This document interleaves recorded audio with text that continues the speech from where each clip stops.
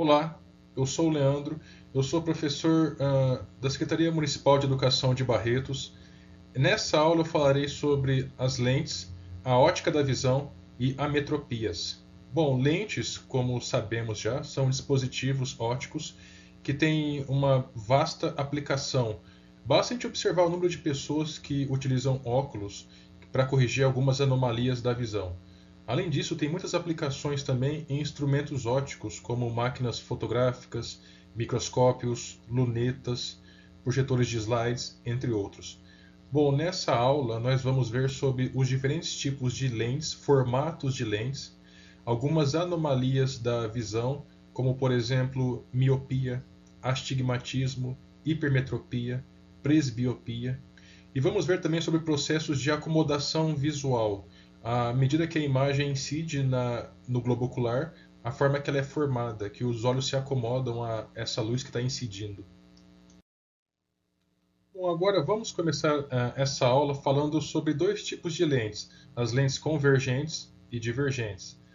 Como eu citei anteriormente, diversos instrumentos utilizam as lentes, como telescópio, microscópio, óculos e diversas máquinas fotográficas, né? As lentes, elas são meios ópticos que são transparentes e são delimitados por superfícies. Nessa figura, na parte de cima e de baixo, nós verificamos dois tipos de lente. Acima a lente convergente e abaixo a lente divergente. Percebam que a luz está vindo da esquerda e indo para a direita. Conforme na figura de cima, na lente convergente, conforme a luz passa pela lente, que é este objeto esquematizado em azul, os raios de luz vão indo em direção a um ponto só, que é o ponto F. Então, esse é o comportamento convergente, quando os raios de luz atravessam a lente e convergem para um ponto. No exemplo de baixo, nós temos uma situação um pouco diferente. Após atravessar a lente, que tem um formato diferente, que é essa figura também azulada, os raios de luz se afastam, eles se abrem.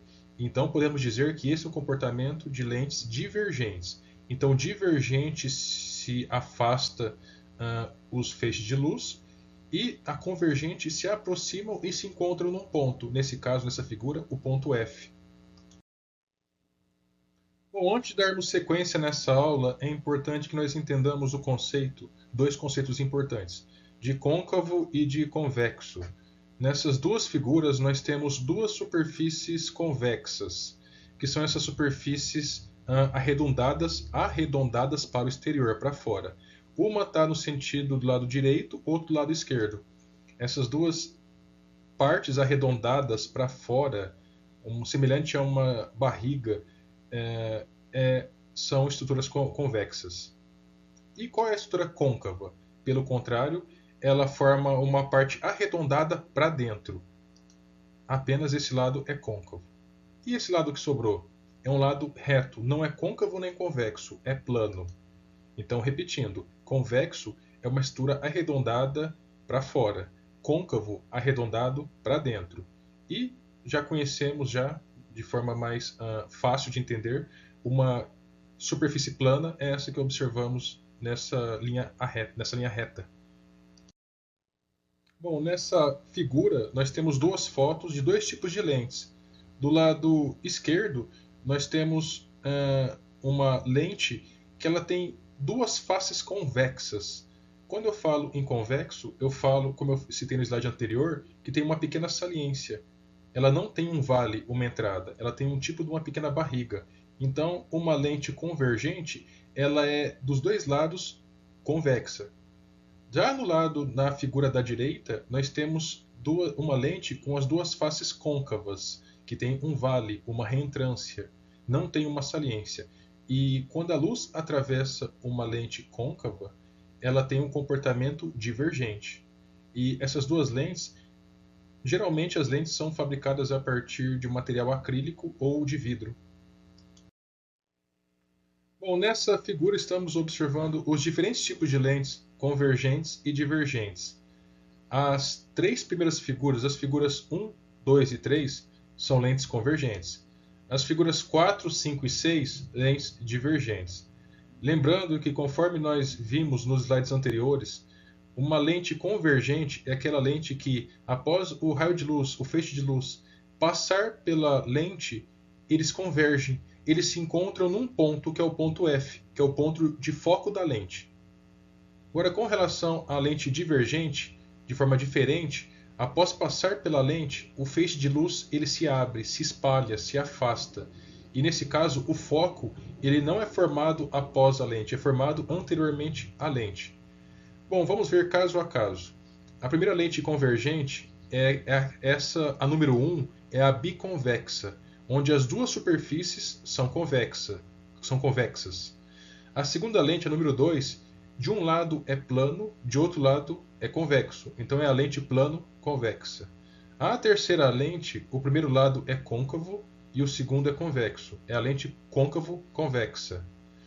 Agora, iniciando as lentes divergentes, a número 4, dos dois lados há concavidades. Então é uma lente bicôncava. A quinta lente, um lado é um plano, é uma linha reta, e do outro lado é uma concavidade. Então é uma lente plano-côncava. E a sexta e última lente, de um lado é convexo, de outro é côncavo. Então é a lente convexo-côncava. Bom, por que essas três primeiras são convergentes e as três últimas são divergentes? Existe um padrão que podemos observar. Se olharmos com atenção, as três lentes convergentes apresentam a borda pontiaguda, a borda fina. E as três lentes divergentes apresentam a borda alongada, uma borda grossa. Então, sempre lentes de bordas finas são lentes convergentes. De borda espessa, grossa, são lentes divergentes. Bom, a partir de agora, vamos estudar a acomodação visual e como que as duas lentes dos nossos olhos, ou seja, a córnea e o cristalino, como essas lentes se comportam em função da distância do objeto. Primeiramente, o que vem a ser essa acomodação visual? Bom, novamente, a córnea e o cristalino são duas lentes naturais que os nossos olhos têm.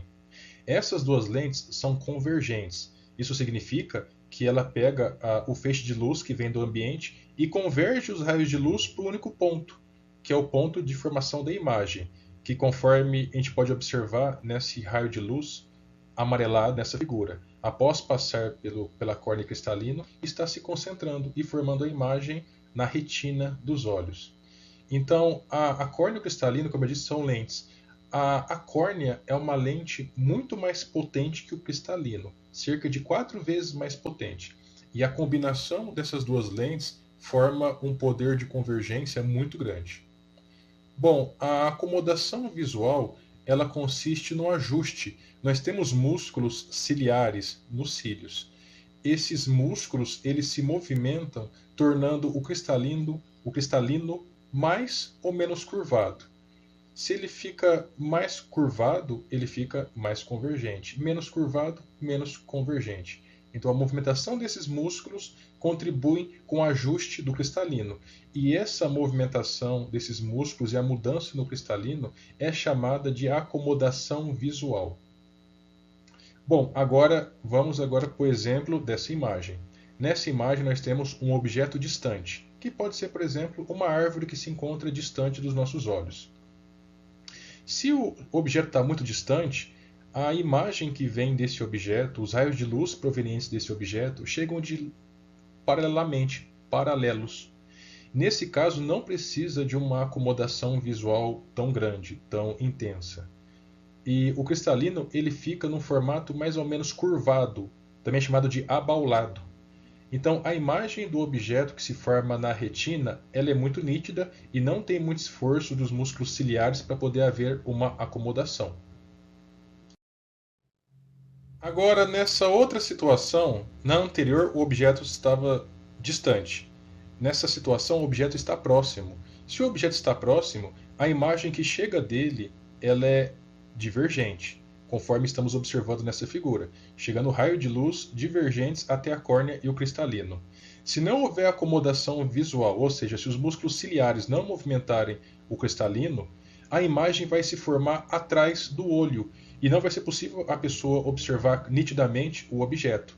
Nesse caso, a visão será embaçada. Já perceberam que quando o objeto se aproxima do olho, precisamos de um tempo para acomodação, que é essa situação, que é a situação dos músculos ciliares atuando na adequação do cristalino para a formação de uma imagem mais nítida, né? Então, sem a acomodação, a imagem do objeto é formada depois da retina, que é o local do olho responsável pela formação das imagens. Então, logo após um tempo que esse objeto próximo está sendo observado, os músculos ciliares promovem um reajuste no cristalino, deixando ele mais curvado, mais abaulado e mais convergente. Então, essa imagem que estava sendo formada atrás do cristalino, atrás da retina, se aproxima e passa a ser formada exatamente sobre a retina, que é o local adequado. Nesse momento, nesse caso, a imagem passa a ser nítida. Bom, uma pessoa que tem uma visão boa, vamos dizer assim, que enxerga corretamente, é quando a imagem se forma sobre a retina. Se a imagem se formar depois ou antes da retina, ou de forma irregular, essa pessoa não enxerga bem e ela tem uma ametropia. Uma pessoa que enxerga corretamente, que a imagem se forma sobre a retina, ela é uma pessoa que tem emetropia. Bom, nós temos alguns principais casos de ametropia. Dentre elas temos a miopia, hipermetropia, presbiopia e o astigmatismo. Vou falar sobre esses 4 nessa aula. Começando pela miopia. A miopia é geralmente uma dificuldade de se enxergar de longe. Isso ocorre porque o globo ocular apresenta um certo alongamento ou quando as lentes oculares são excessivamente convergentes. Em ambos os casos, a imagem se forma antes da retina e a pessoa não enxerga corretamente. A miopia ela pode ser corrigida tanto por meio de cirurgia quanto pela utilização de lentes corretivas. Em ambos os casos, somente por indicação de um oftalmologista. Bom, o segundo caso, a hipermetropia, já é caracterizada pela maior dificuldade da pessoa de enxergar coisas situadas próximas, enxergar de perto. Então, isso pode ocorrer em 2 situações. Ou há um leve encurtamento do olho, ou as lentes oculares são pouco convergentes. Em ambos os casos, a imagem se forma antes da retina. De forma semelhante à miopia, pode ser corrigido por meio de cirurgia ou por meio de lentes, ambos, como eu disse, com indicação médica, nesse caso, o oftalmologista.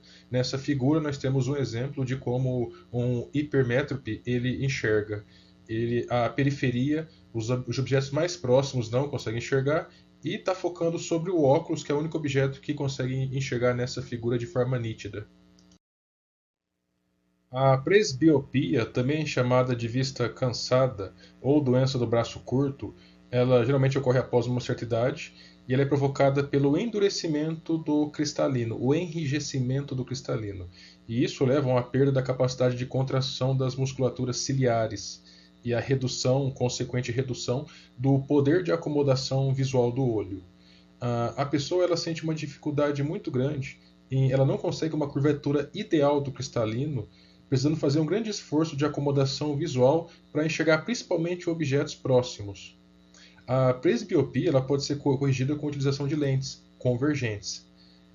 Se a pessoa também tiver miopia juntamente com a presbiopia, é necessária a utilização de lentes bifocais ou multifocais. A diferença entre uma e outra: as lentes podem ser de composição de 2 ou mais tipos de lentes. Se houver uma linha divisória entre 2 tipos de lentes, elas são bifocais. Se não houver essa linha divisória, a divisão for gradativa, aos poucos vai mudando de um tipo para outro tipo de lente, elas são multifocais. Bom, o astigmatismo é quando a córnea apresenta algumas irregularidades na superfície. E em muitos casos, ao invés da córnea ter o formato circular esférico, como nessa figura da esquerda, ela apresenta um formato ovalado, segundo observamos essa figura da direita. Bom, como o olho de uma pessoa que tem astigmatismo apresentam raios de curvatura diferentes, em diferentes direções, a pessoa ela não enxerga muito bem tanto objetos próximos como alguns objetos distantes, além de às vezes elas terem dificuldade também de distinguir linhas horizontais, verticais e linhas oblíquas. Nesse caso, algumas letras, símbolos como o H, o N, o M, o número 8, o 0 ou o O, é difícil às vezes da pessoa distinguir esses símbolos e números e letras. Bom, o hábito de coçar os olhos pode aumentar a deformidade na córnea, agravando esse problema. Uma forma de corrigir o astigmatismo é por meio de lentes especiais que elas compensam a falta de simetria na curvatura da córnea. Bom, esse era o conteúdo que eu queria ter transmitido. Espero que tenham gostado e bons estudos.